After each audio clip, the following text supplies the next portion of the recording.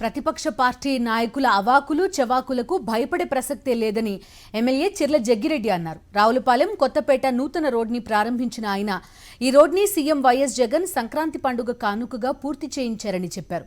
8,20,00,000 రూపాయల వ్యయంతో రికార్డు సమయంలో రోడ్డు పూర్తయిందన్నారు. ప్రతిపక్షాలు అవాకులు చెవాకులు మాట్లాడినా పట్టుదలతో రోడ్డు పూర్తి చేశామని ఎమ్మెల్యే జగ్గిరెడ్డి తెలిపారు.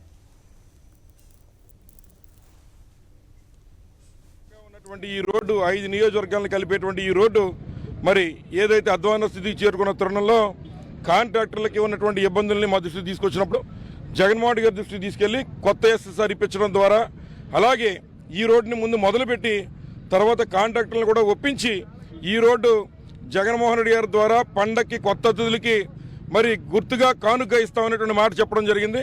చాలామంది అపహాస్యం చేశారు.